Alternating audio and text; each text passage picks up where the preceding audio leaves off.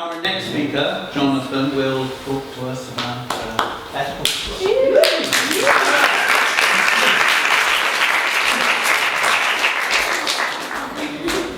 Hi everybody.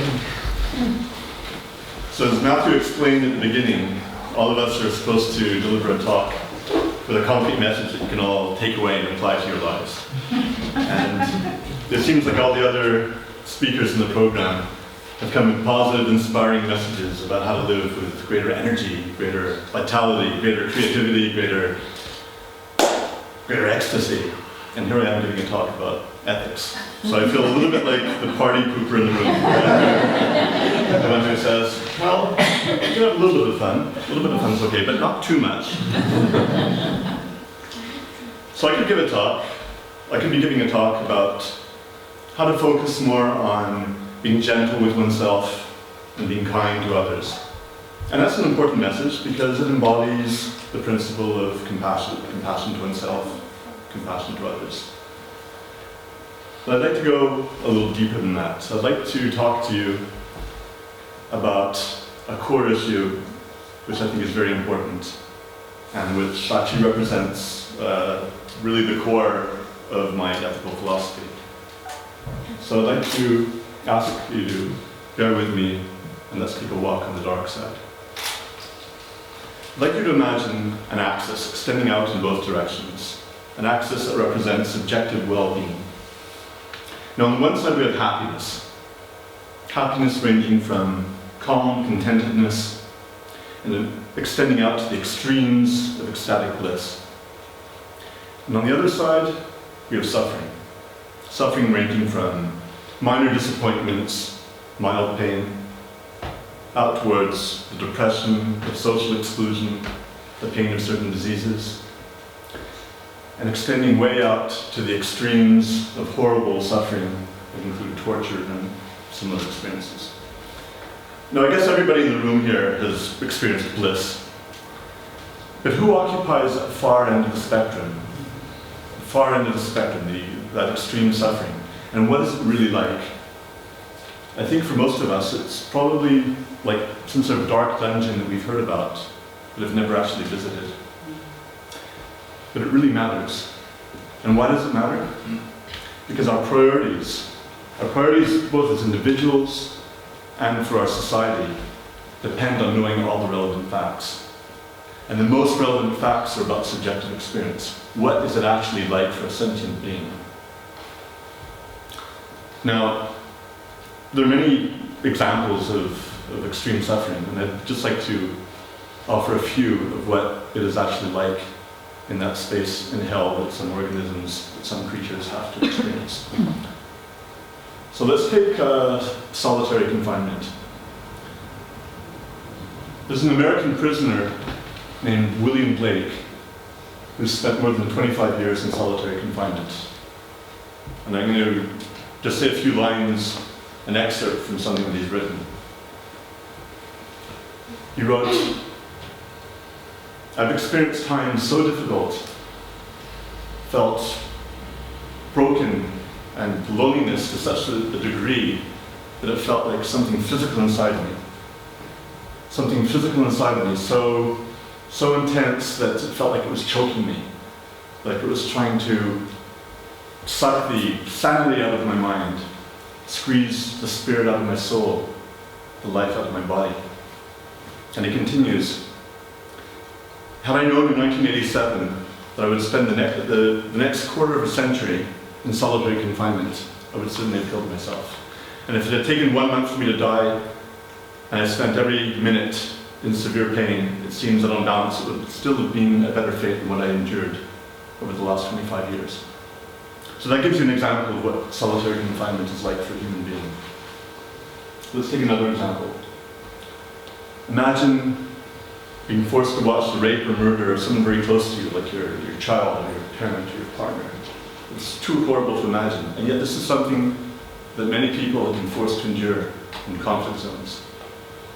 But it's not just humans, animals too. Animals are forced to endure very similar experiences on a massive scale. Let me give you a few examples. Can you imagine what it would be like for an animal to spend its entire life in a cage, a narrow cage where it can scarcely move? This is the actual real-life experience of billions of animals, like pigs and chickens, that are raised for human consumption, for meat, for eggs, and for milk. Or imagine an animal like a cow or a pig or a lamb that's watching its relatives and its friends being slaughtered while it waits there in terror for its turn. And remember, all these animals, they feel emotions like we do. Pigs are as smart as dogs. If you're a pet dog, if you can imagine what it would be like for your dog to be in that situation, that's probably what it would be like for a pig. Okay, so enough examples. If we had to, we wouldn't be able to function, we wouldn't be able to thrive in our daily lives if we felt the full emotional weight of these experiences in our daily lives. You know, when I was walking over here, I was thinking that, I had an emotional moment, and I was thinking that if I really allowed myself to feel the emotions behind these words, I would have trouble giving this talk. But the reality is still out there. The reality doesn't disappear just because we turn away from it and shift our attention elsewhere.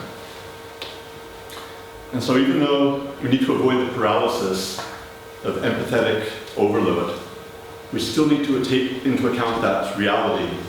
We need to take full account of the reality when we make our decisions and we set our priorities as a society. You know, ethics, when it really comes down to it, it's about extending our circle of compassion to embrace all sentient beings with the capacity for suffering. And not only that, but to take active steps to alleviate that suffering. And the greatest urgency lies in the most extreme situations. The intense suffering that nobody would ever agree to experience themselves. Intense suffering that screams out for attention. Now you might wonder, is there any amount of happiness that somehow makes all that suffering bearable? Is there any kind of balance between suffering and happiness that is somehow something that we can accept? There's a philosopher named David Pearce, and he's written a quote which I find very pertinent. No amount of happiness or fun enjoyed by some organisms can notionally justify the indescribable horrors of Auschwitz. In other words, nobody should be sacrificed to extreme torture just so that others can derive pleasure. And the same point was made in a short story by Ursula Le Guin. The story is called The Ones Who Walk Away from Omelas. And the story describes a utopian city where people live blissful lives in a festival-like atmosphere. But all this bliss depends on the suffering of one single child who's forced to live a life of misery in a dark dungeon. And as the information filters out and people become aware of that situation, more and more of them find the situation unbearable. And those are the ones who walk away from Omelas. So, I would argue that the balance to be found is not in the external world, where any amount of horrible suffering is unacceptable. Rather, the balance is to be found within ourselves. How can I thrive as an individual while causing as little suffering as possible to others? And beyond that, how can I devote some of my time and my energy to alleviating some of the terrible suffering in the world? Now, a lot of the human suffering that's out there is due to the system that we live in. And we're becoming more and more aware that we live in a corrupt, neoliberal system that channels wealth towards a rich elite, that leaves billions of people deprived of the most basic human needs, that incarcerates predominantly poor people for crimes that they committed out of despair. And if we want to change the system, we're going to need new blueprints and new initiatives. And if you're not already part of such an initiative, you can support existing initiatives by putting the power of your signature, your vote, your voice, your physical presence. But the widespread torture of animals,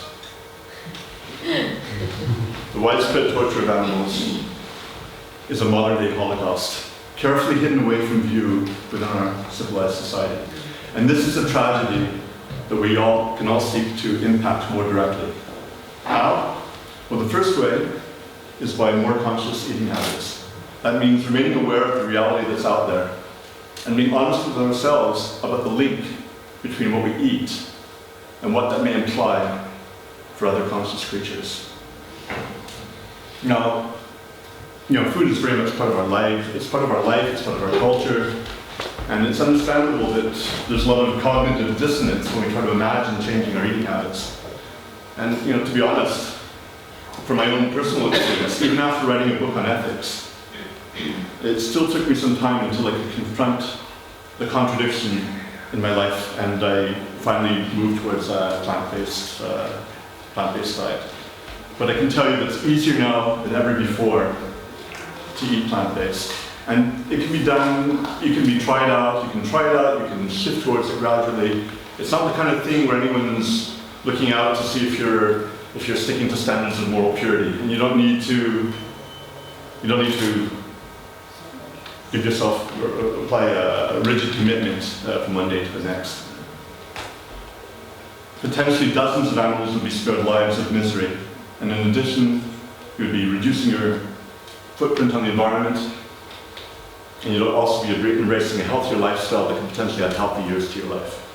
Now, beyond your individual dietary choices, another thing that you can do is to raise the awareness of suffering in every opportunity you have, and to support effective organizations,